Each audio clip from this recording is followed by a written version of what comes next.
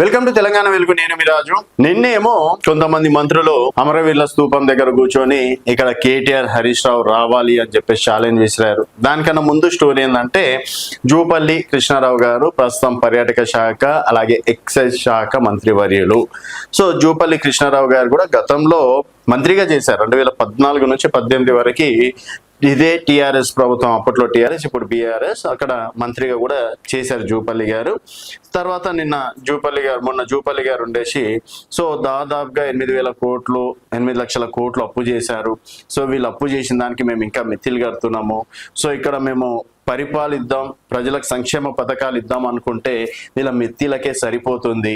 ఏ కార్పొరేషన్లో చూసినా ఒక్క చిల్లి గవ్వలేదు అన్నట్టు. సో దీనిపైన మా దగ్గర బరాబర్ లెక్కలు ఉన్నాయి. ఈ అవినీతి, గురుకులాల అవినీతి కావచ్చు, గతంలో చేసినటువంటి అవినీతిల పైన కూడా మేము సిద్ధం, అవసరమైతే నేను బీఆర్ఎస్ ఆఫీస్ భవన్కి వస్తా అని చెప్పేసి జూపల్లి గారు ఛాలెంజ్ చేశారు. నిన్న సీన్ కట్ చేస్తే ఒకవైపు కేటీఆర్ గారు కుర్చీ వేసుకొని, జూపల్లి గారి కోసం ఒక కుర్చీ వేసుకొని తెలంగాణ భవన్ లో వారు ఉన్నారు. సరే, ప్రెస్ క్లబ్ అమరవీరుల స్తూపం దగ్గరికి వెళ్దాం అనుకుంటే హరీష్ రావు గారిని అరెస్ట్ చేశారు. సో వారి తర్వాత వచ్చి మళ్ళీ ప్రెస్ మీట్ పెట్టారు. తర్వాత కేటీఆర్ గారు మళ్ళీ వెళ్ళిపోవడం అనేది జరిగింది. మళ్ళీ ఈరోజు జూపల్లి గారు లేదు, నిన్న హరీష్ రావుని అరెస్ట్ చేసిన విషయం నాకు తెలియదు, నేను గాంధీ భవన్ లో ఒక ఇంపార్టెంట్ పనిలో ఉండే, తర్వాత ఈరోజు సాయంత్రం రండి, ప్రెస్ క్లబ్ కి రండి అని చెప్పేసి జూపల్లి గారు మళ్ళీ ఛాలెంజ్ ఇస్తడం అనేది జరిగింది. సో ఇక్కడ ఈ రోజు చూసుకుంటే హరీష్ రావు గారు ఇక్కడి నుంచే ఒక లేఖ రాశారు. అలాగే కొన్ని వీడియోలు కూడా ప్లే చేయడం అనేది జరిగింది. అసెంబ్లీలో మీ ముఖ్యమంత్రి గారు ఎన్ని వేల కోట్ల అప్పు ఉన్నాయని చెప్పేసి గతంలో చెప్పారు. పార్లమెంట్ లో భారతీయ జనతా పార్టీ ఎంపీలు అడిగిన దానికి ఎన్ని వేల కోట్లు ఉన్నాయని చెప్పేసి కాగ్ నివేదిక ఇచ్చింది. సో ఫస్ట్ ఆఫ్ ఆల్ అది చూసుకోండి, నోటుకు వచ్చినట్టు మాట్లాడకండి అంటే హరీష్ రావు గారు కౌంటర్ విసరడం అనేది జరిగింది. సో ఇదంతా దొంగ లెక్కలు, అసలైన లెక్కలు మా దగ్గర ఉన్నాయి. ఈరోజు ప్రెస్ క్లబ్ కి రావడానికి బీఆర్ఎస్ పార్టీ నేతలు భయపడ్డారు. ఈవెన్ మేము కేసీఆర్ తోటి కూడా మాట్లాడదాం అనుకున్నాం, కేసీఆర్ అందుబాటులో రాలే అని కాంగ్రెస్ నేతలు చెప్పినటువంటి మాట.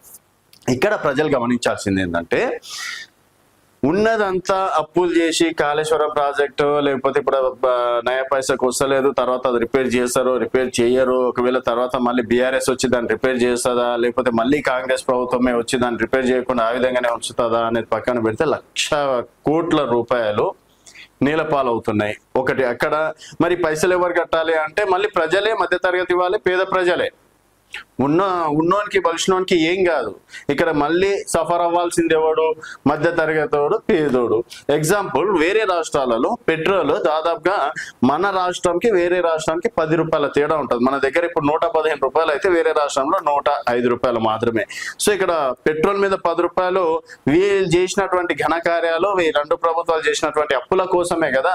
ఈరోజు రేవంత్ రెడ్డి గారు వేల కోట్లు సీఎం క్యాంప్ ఆఫీసుల కోసం ఖర్చు చేయడం కావచ్చు, తర్వాత ఫుట్బాల్ల కోసం, దానికోసం, దీనికోసం మళ్ళీ మిత్తిలు కడుతున్నాం అని చెప్పేసి, తర్వాత ఈరోజు నిరుద్యోగులకు ఒకవేళ మేము రిక్రూట్ చేసుకుంటే మళ్ళీ వాళ్ళకి జీతాలు ఇవ్వడానికి కూడా పైసలు లేవు. అండ్ తెలంగాణకి అసలు రూపాయి అప్పు పుట్టట్లేదు. గతంలో వీళ్ళు చేసినటువంటి పాపాలని చెప్పేసి రేవంత్ రెడ్డి గారు చెప్తూ అన్నారు. అదే విధంగా అప్పులు చేస్తున్నారు. ఇక్కడ ఉన్నటువంటి ప్రభుత్వ భూములన్నీ స్వాహా చేస్తున్నారు. అండ్ మెట్రో విషయంలో కూడా ప్రైవేట్ వాడు భరించాల్సినటువంటి నష్టాన్ని మళ్ళీ ఇది ప్రభుత్వం అంటే ఎవరు? మళ్ళీ మనమే. సో మనం నెత్తి మీద మళ్ళీ పిడుగులాంటి వాడతా అని చెప్పేసి కూడా చెప్పుకోవచ్చు. సో ఇక్కడ వాళ్ళు చేసినటువంటి ఘనకార్యాలకి రెండు ప్రభుత్వాలు చేసినాయి ప్రజలకి మోసాలే. బీఆర్ఎస్ హయాంలో కూడా చాలా వరకు రేట్లు పెరిగినాయి, పేద మధ్య తరగతి వాళ్ళు నలిగిపోయారు. ఆర్టీసీ బస్సులు కావచ్చు, కరెంట్ బిల్లులు కావచ్చు, తర్వాత నిత్యావసర సరుకుల మీద కావచ్చు, పెట్రోల్ పైన కావచ్చు, ప్రతి ఒక్క దానిపైన బీఆర్ఎస్ ప్రభుత్వం పెంచింది. వీళ్ళు 2.5 సంవత్సరాలుగా వీళ్ళు పెంచే కార్యక్రమాలు పెంచుతూనే ఉన్నారు. తర్వాత రీసెంట్ గా రిజిస్ట్రేషన్ల మీద ఒకటేసారి 30-40% పెంచడం అనేది కూడా జరిగింది. సో మరి ఇవన్నీ ఎవడు? మధ్యతరగతి పేదోడి మీదనే కదా భారాలు పడుతున్నాయి. సో పెంచిన ప్రతి రూపాయి మళ్ళీ రేపు అప్పు కట్టాల్సిన వాడు ఎవడు? మళ్ళీ పేదోడు, మధ్యతరగతి ప్రజలే కదా. సో వీళ్ళు చేసినటువంటి అప్పులకి, వీళ్ళు చేసినటువంటి కథలకి ఇప్పుడు బీఆర్ఎస్ ఏమంటది? మేము కాళేశ్వరం కట్టినాం, ఈరోజు పోలీస్ కమాండ్ కంట్రోల్ కనిపిస్తలేదా, సచివాలయం కనిపిస్తలేదా? సో అది 300 కోట్లు, 600 కోట్లు చేసి కట్టిండ్రు, అయినా కూడా కనిపిస్తలేదా అంటున్నారు. అప్పులు చేసినా మేము కట్టినామని. వీళ్ళు ఏమంటున్నారు? 2.5 సంవత్సరాలుగా మాది దాదాపుగా 3 లక్షల కోట్లు అప్పు చేసినాం, అవి మిత్తిలకే 2 లక్షల కోట్ల వరకు కట్టినామని చెప్పేసి వీళ్ళు అంటున్నారు.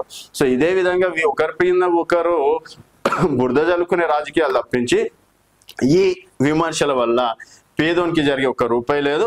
సో ఇప్పుడైనా సరే కొంతవరకు కట్టడి చేసి పేదోళ్ళకి సంక్షేమ పథకాలు కావచ్చు, పరిపాలన పైన దృష్టి పెడితే బెటర్ అని చెప్పేసి సామాన్య ప్రజల నుంచి వస్తున్నటువంటి విమర్శలు. సో మొత్తానికి నిన్న మొన్న జరిగినటువంటి ఈ ఎపిసోడ్ ని ఏ విధంగా చూస్తారనేది మీ అభిప్రాయాలు కింద కామెంట్ రూపంలో తెలియజేయండి. చూస్తూనే ఉండండి తెలంగాణ వెలుగు.